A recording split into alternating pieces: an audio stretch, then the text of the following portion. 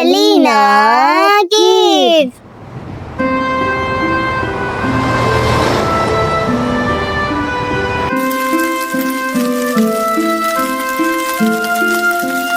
Mummy अब cookies ले भी आइए, बहुत तेज भूख लगी है मम्मी। जी शिवानी बेटा, आ रही हूँ, बस कुकीज बन रहे हैं, अभी लाई। मम्मी आप दुनिया की बेस्ट मम्मी हो, इतने अच्छे कुकीज बनाती हो आप कि खा के मजा ही आ जाता है। पापा आपको भी ये कुकीज बनानी सीख लेनी चाहिए मम्मी से। देखो ना दिव्या, तुमने मेरे बच्चों को अपने कुकीज का दीवाना बना दिया है। अब लगता है मुझे भी तुमसे क्लासेस लेनी पड़ेंगी। छुट्टी के दिन पर मेरी मॉम, डैड और मेरा छोटा भाई राहुल सब मिलकर मजे से कुकीज खाते हैं। इसके बाद मैं और मेरा छोटा भाई राहुल घर के पास वाले बाग से फ्रूट्स तोड़ने के लिए चले जाते हैं।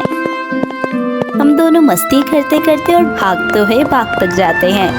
मैं और मेरा छोटा भाई राहुल मजाक मजाक में भागते हुए बाग तक जाते हैं।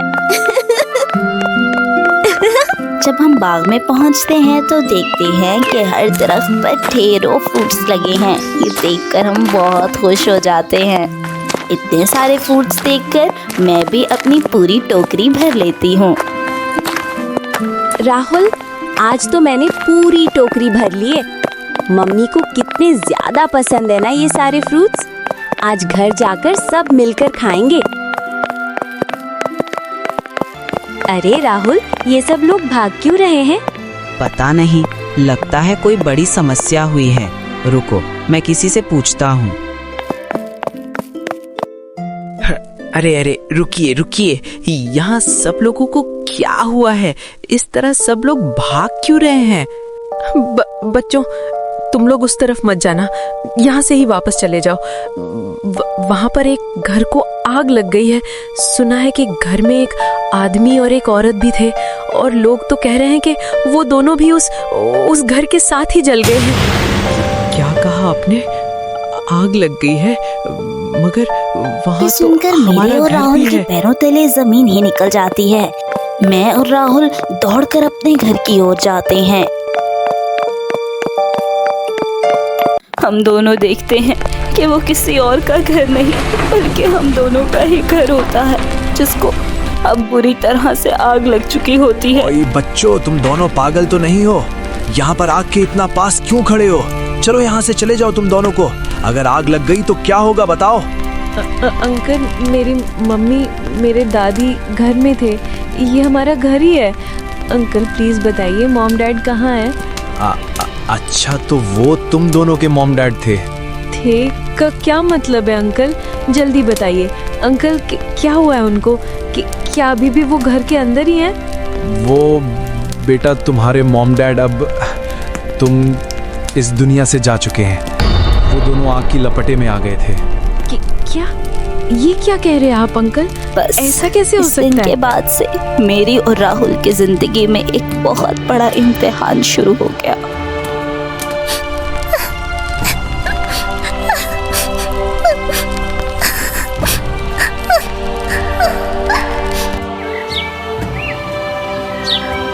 मेरे मॉम डैड की मृत्यु के बाद मेरे चाचू जी हमें अपने घर ले जाते हैं, जो कि एक बहुत ही पुराने और छोटे से गांव में था। अरे बच्चों, तुम दोनों इतने निराश क्यों होते हो?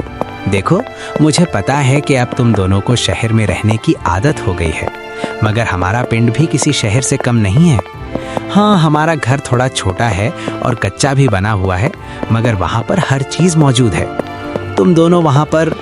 तुम दोनों अपनी चाची के साथ आराम से रहना। अब तो मेरी बेटी भी आंचल जितनी ही हो गई है। तुम दोनों मिल मिल कर खेला करना, ठीक है ना बच्चों?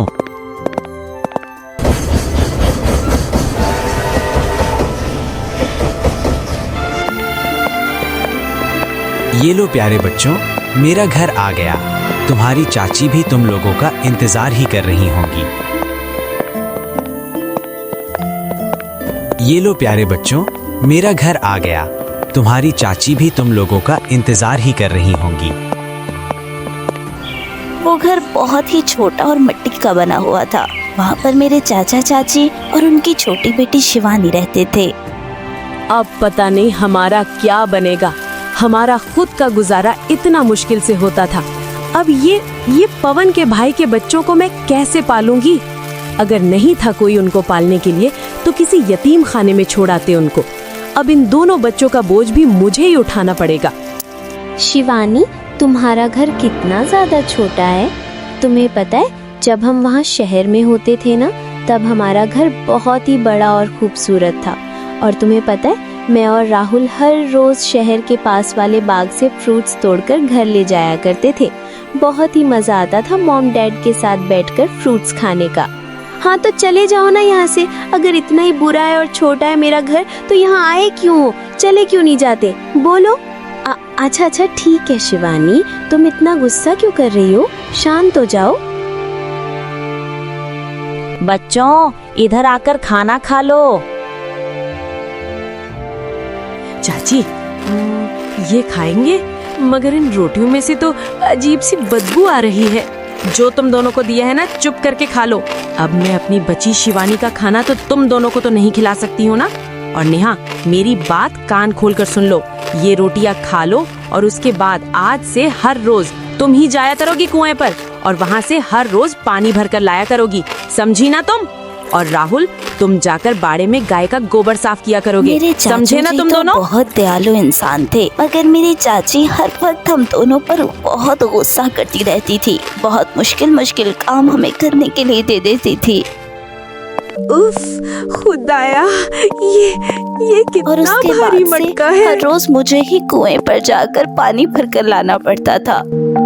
और यूं ही अरसा बीतता रहता है। कई अरसे बीत जाने के बाद एक दिन मेरे चाचू जी की तबीयत बहुत ज्यादा खराब हो जाती है। नेहा दीदी, चाचू जी को क्या हुआ है? चाचू इतना ज्यादा कांप क्यों रहे हैं? चाची जी बताइए ना, ये चाचू की क्या हुआ है? तुम दोनों तो चुप करो ना, कब से ओढ़ खा रहे हो? ये सब कुछ तुम दोनों की ही वजह से हुआ है। तुम दोनों को पालने के लिए इन्होंने इतनी ज्यादा मेहनत की है कि अब इनकी हालत ये हो गई है, सिर्फ तुम दोनों की वजह से। अरे दिव्या, क्यों डांट रही हो बच्ची को? गलती तो मेरी ही थी, मैंने ही दवा वक्त पर नहीं ली। दिव्या, मेरे जाने के बाद मेरे भाई के दोनों बच्चों का बहुत ख्याल रखना। अब मेरा आखिरी वक्त आ चुका है। नहीं चाचू जी, ऐसा क्यों कह रहे हैं आप? आपके अलावा हमारा है ही कौन? आपको उस कुछ दिन मैं नहीं अपने होगा। एक और बहुत ही प्यारे रिश्ते को खो देती हूँ।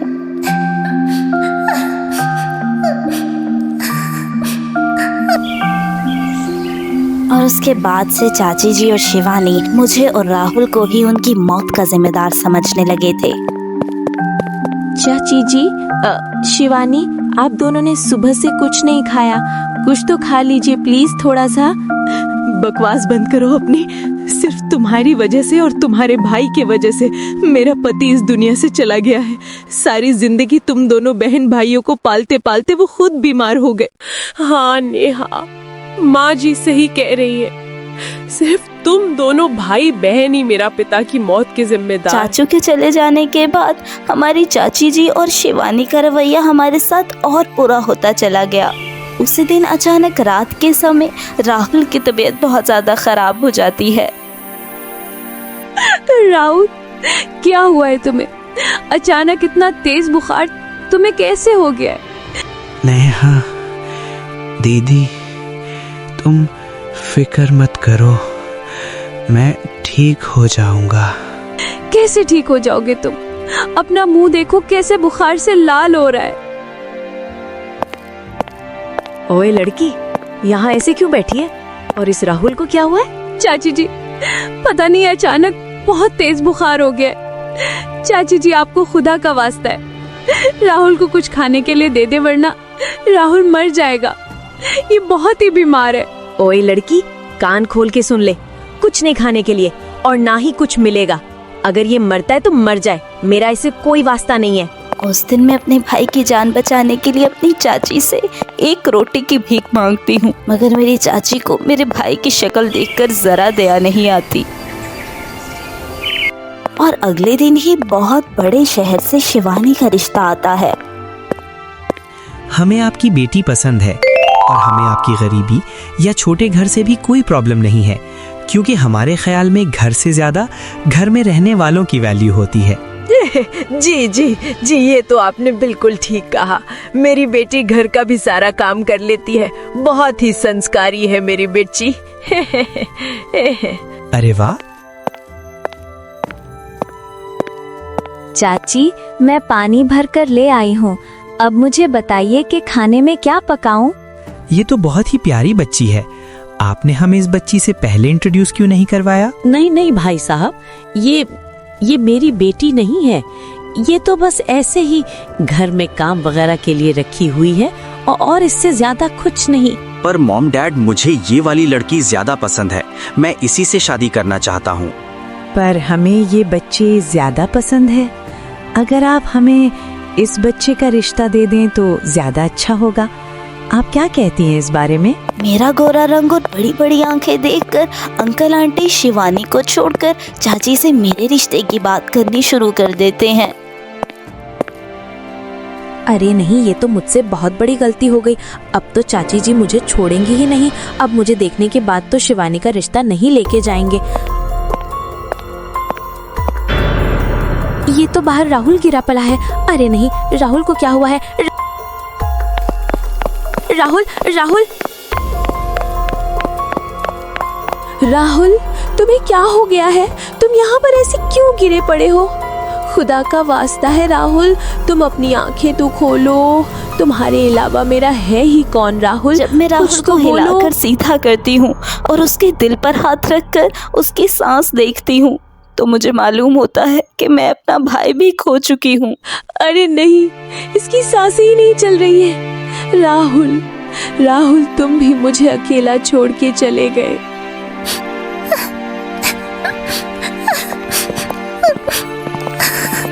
बेटा, ये कौन है और तुम इस बच्चे के पास बैठकर ऐसे रो क्यों रही हो? आंटी, ये मेरा भाई है जिसको कई दिन से बुखार था और अब इसकी मौत हो गई है। और दिव्या जी मेरी चाची है। अपने माता पिता की मृत्यु के बाद से हम यहीं रह रहे थे। ओहो बेटा, मुझे रियली में बहुत ही दुख हुआ है ये सब सुनकर। इट मीन्स कि तुम अब अकेली हो गई हो, मगर हम सबको तुम बहुत ही पसंद हो।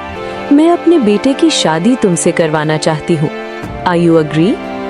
मॉम ठीक कह रही हैं, तो मेरे साथ बहुत ही हैप्पी रहोगी डियर। अब क्योंकि मैं इस पूरी दुनिया में अकेली रह गई थी, इसलिए ये रिश्ता कबूल करने का ही फैसला मैंने अपने हक में बेहतर समझा और उसके बाद मेरी और मनोहर की शादी करवा दी जाती है। और फिर मनोहर और मैं अपनी जिंदगी एक नए सिरे से शुरू करते हैं।